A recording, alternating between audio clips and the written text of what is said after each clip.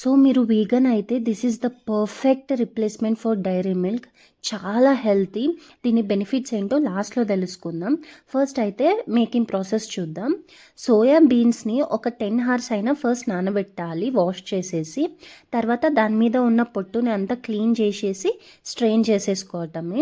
తర్వాత బ్లెండ్ చేయాలి, కొంచెం వాటర్ యాడ్ చేయండి సో దట్ మీకు ఆ లిక్విడ్. తర్వాత లో ఫ్లేమ్లో మాత్రమే బాయిల్ చేయండి, హై ఫ్లేమ్లో అస్సలు పెట్టకండి, ఎందుకంటే అది పాలు పగిలిపోయే ఛాన్సెస్ ఉన్నాయి. మనం ఒక గ్లాస్ బాటిల్లో స్టోర్ చేసేసి ఫ్రిడ్జ్లో పెట్టేయడమే. దీన్ని ఒక 3 to 4 days యూస్ చేయొచ్చు. దీని బెనిఫిట్స్ వచ్చేసి ఉమెన్కి హార్మోనల్ బ్యాలెన్స్కి హెల్ప్ చేస్తుంది and even improves bone health and menopause టైంలో కూడా హెల్ప్ అవుతుంది. ఇక మెన్కి వచ్చేసి it will improve the muscle strength.